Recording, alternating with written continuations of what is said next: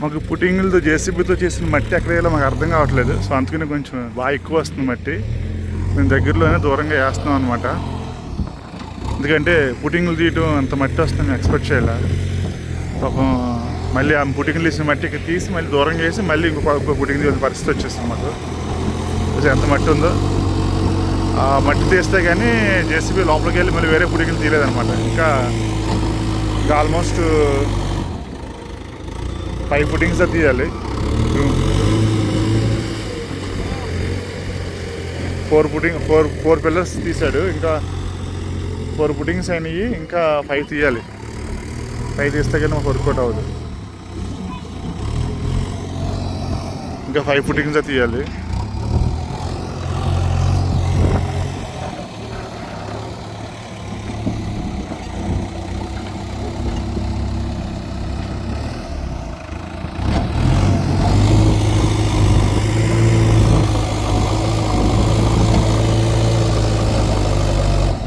Maximum తీసుకుంటున్నాను అనమాట. Maximum మట్టి తీస్తున్నాడు. ఈ ఫుడ్ మట్టి తీస్తూ ఉంటేనే సగం మట్టి మళ్ళీ అందులో పడిపోయింది. చూస్తున్నారు కదా, సగం అందులో పడిపోయింది. మట్టి తీస్తున్నాడు పడిపోతుంది. మళ్ళీ మీరు చూసారు ఎలా ఫీల్ అయిపోయిందో. ఇంత ప్రమాదం.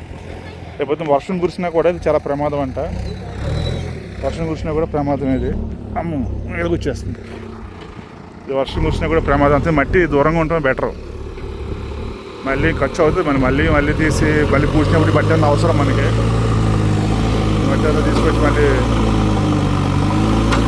పుట్టింగ్లు వేసిన తర్వాత మళ్ళీ మట్టి తీసుకొచ్చి మళ్ళీ మనం ఫిల్ చేయాలి.